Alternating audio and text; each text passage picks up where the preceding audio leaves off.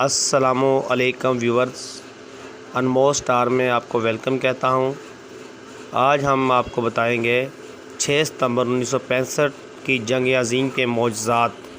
جب 6 ستمبر کی صبح فجر سے کچھ دیر پہلے دشمن نے پاکستان پہ حملہ کر دیا تو اس وقت ریڈیو پاکستان سے یہ آواز نشر ہوئی کہ لا الہ الا اللہ محمد رسول اللہ کو ماننے والوں، آپ پر جنگ مسلط ہو چکی ہے۔ دشمن نے ملک پاکستان پر حملہ کر دیا ہے، اٹھو اور دشمن پر حملہ کرو۔ پاکستان کی پوری قوم اللہ اکبر کا نعرہ لگا چکی تھی۔ جب دشمن کی فوج نے 6 ستمبر کی صبح فجر سے پہلے لاہور پہ حملہ کیا تو ان کے جرنیل نے یہ بڑنگ ماری تھی کہ ہم لاہور کے جم خانہ میں بیٹھ کر شراب نوشی کریں گے اور جشن منائیں گے۔ دشمن 5 گنا بڑا ہے ہم سے اور اتنا بڑا حملہ کرتا ہے کہ ایک حملے میں 500 ٹینک استعمال کرتا ہے، اور جب سیالہ کوٹ پہ حملہ ہوتا ہے تو اس حملے میں بھی 500 ٹینک استعمال ہوتے ہیں۔ لاہور اور سیالہ کوٹ یہ دونوں سردی شہر ہیں ہمارے، اور حال یہ تھا کہ پاکستان کے تمام لوگوں کا خدا پر صرف بھروسہ تھا۔ ہم آپ کو جو واقعہ سناتے ہیں، یہ واقعہ سن کر آپ کو اندازہ ہوگا کہ 6 ستمبر کو ہم اتنے رومانٹک طریقے سے کیوں مناتے ہیں اور 65 کی جنگ میں ہوا کیا تھا۔ ایئر چیف نے نور خان صاحب کی دلیری دیکھ کر ہمارے پاکستان کی فوج وہ دلیر فوج ہے اس لیے کہ ہمارے آفیسر آگے بڑھ کر لیڈ کرتے ہیں، اور پاکستان نیوی کے پاس بھی صرف ایک سمرین تھی اور وہ تھی غازی، اور ایک سمرین نے دشمن کا ناکہ بند کیا ہوا تھا۔ پاکستان کی نیوی آگے بڑھتی گئی اور دشمن کے ٹھکانے تباہ کرتی گئی۔ جب سیالہ کوٹ پر حملہ ہوا تو توپیں فٹ کر دی گئی اور بڑے بڑے ٹینک لا کر کھڑے کیے ہوئے تھے۔ یہ وہ وقت تھا جب پاکستانی فوج جوابی حملہ کر رہی تھی۔ ایسے معجزات دیکھے گئے کہ جن کے بڑے بڑے افیسر جنرل عینی شاہد ہیں۔ معجزات پر بڑی بڑی کتابیں لکھی گئی جن میں معجزات کا ذکر کیا گیا ہے۔ ایک سیکٹر پر ہماری توپوں کو مدد کی ضرورت پڑی کیونکہ دشمن کی ٹینکوں کا دباؤ بہت زیادہ سخت تھا۔ دشمن کی توپیں ہماری توپوں کی آخری سرحد سے بھی 4 کلومیٹر دور تھے، اور ہماری توپوں کا گولہ وہاں تک پہنچ ہی نہیں پا رہا تھا جہاں پر دشمن کا ٹینک تھا۔ اور جب مدد مانگی گئی تو حساب لگایا گیا کہ ہماری دشمن کے توپوں تک ہمارے گولے تو پہنچ ہی نہیں رہے، اور صورتحال یہ تھی کہ اگر اس وقت مدد نہ دی جاتی ہماری فرنٹ لائن کو تو سیالہ کوٹ سیکٹر پر دشمن قبضہ کر لیتا۔ اللہ کے توکل پر یقین کریں کہ افسروں کی آنکھوں میں آنسو تک آ گئے، اور انہوں نے اللہ پر توکل کرتے ہوئے اللہ اکبر کا نعرہ لگا کر توپوں کا منہ دشمن کی طرف کر دیا۔ جب فوج نے فائر کیا تو عجیب سا معجزہ سامنے آ گیا۔ گولہ اپنے ٹارگٹ پر پہنچتے ہوئے ٹھیک 2 سے 3 منٹ لیتا، اور 2 سے 3 منٹ بعد وائرلیس پہ یہ پیغام ہوا کہ گولے ٹھیک دشمن کے ٹھکانے پہ گر رہے ہیں۔ واقعی یہ بڑے معجزے کی بات تھی، اور اس بات پر یقین کرنا بہت ہی مشکل تھا۔ جو مورچے آگے ہوتے ہیں وہاں سے نعرہ تکبیر کی آوازیں سنائی دینے لگی۔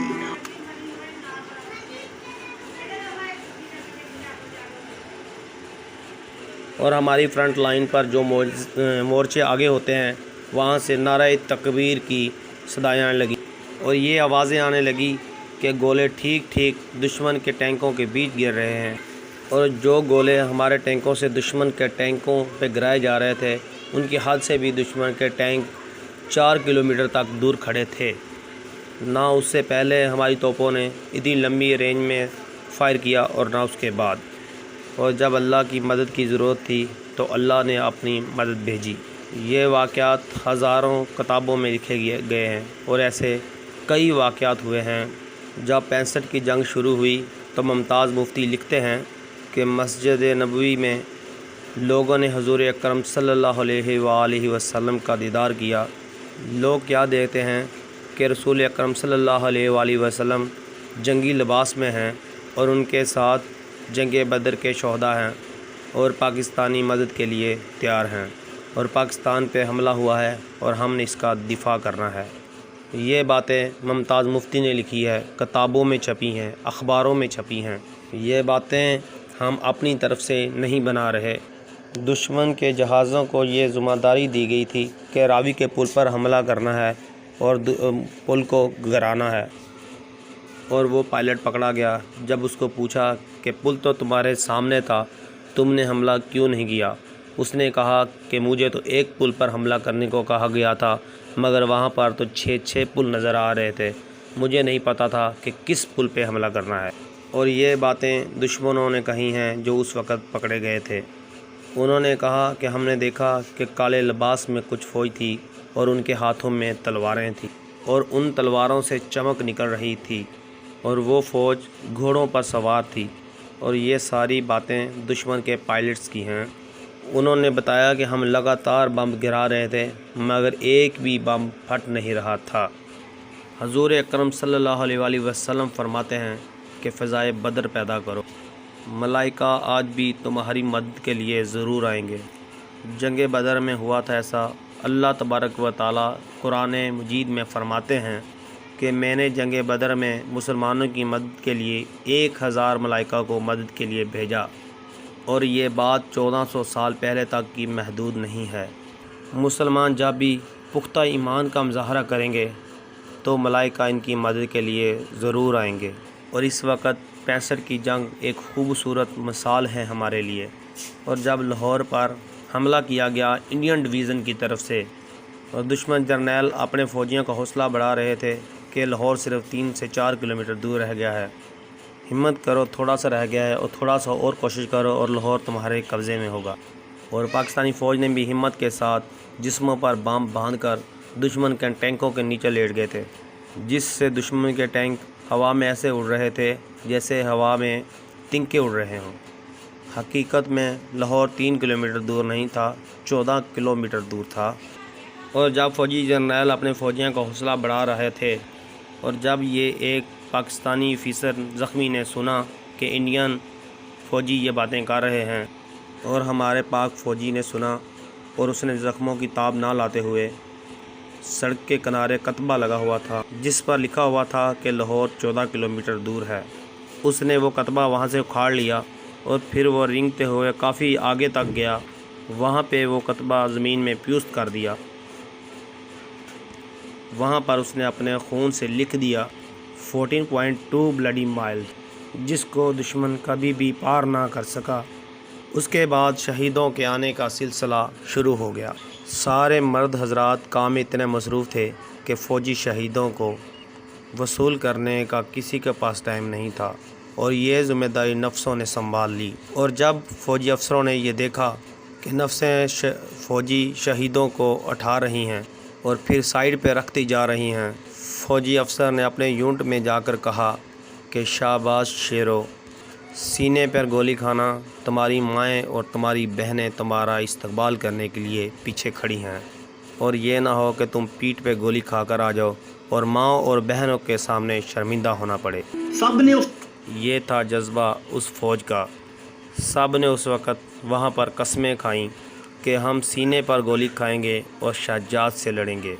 ایک وقت ایسا بھی آیا کہ جب دشمن کے ٹینک ہمارے توپ خانے کے بالکل قریب آ چکے تھے، اور اب براہ راست ٹینکوں کی جنگ ہونے والی تھی۔ کہا جاتا ہے کہ دوسری جنگ عظیم کے بعد یہ پاکستان کی سب سے بڑی ٹینکوں والی جنگ تھی جو سیالہ کوٹ میں لڑی گئی۔ باقاعدہ اٹلی آفیسر نے یہ کمانڈ دی کہ ہیوی اپریشن کرو، کیونکہ ٹینکوں کی براہ راست لڑائی ہونے والی ہے، اور یہ ایسا موقع ہوتا ہے جب آر یہاں پار ہوتا ہے۔ اور عین موقع پر دھندیں آ گئی، اور دھند کی وجہ سے دشمن کے ٹینک وہاں پہ رک گئے۔ پھر اللہ تبارک و تعالیٰ نے دشمن کی فوج پر خوف طاری کر دیا، اور پھر پاکستان کی فوج اور جوانوں نے بھی اپنے جسموں پر بم باندھ لیے اور ٹینکوں کو اس طرح اڑا دیا جیسے ہوا میں تنکے اڑتے ہیں۔ ایسی وہ کیا چیز تھی جس نے مسلمانوں کو یہ کرنے پر مجبور کیا؟ وہ تھا لا الہ الا اللہ محمد رسول اللہ۔ یہ وہ کلمہ ہے جو ہمارے ایمان ہے، جو ہمارے دلوں کی دھڑکن ہے، اس جنگ عظیم کو مسلمانوں نے اپنے اتحاد، اپنے ایمان اور اپنے جذبے کی بنیاد پر جیتا اور ملک پاکستان کو ہمارے حوالے کیا۔ اس کو چھوڑ کر نہ جانا، کیونکہ اس میں ہمارے بڑوں کا خون شامل ہے۔ اس کے بعد دوستو ہماری یہ ویڈیو اختتام پذیر ہوتی ہے۔ اگر ہماری یہ ویڈیو اچھی لگی ہو تو پلیز سبسکرائب کریں، لائک کریں اور ان باکس میں اپنی رائے کا اظہار ضرور کریں۔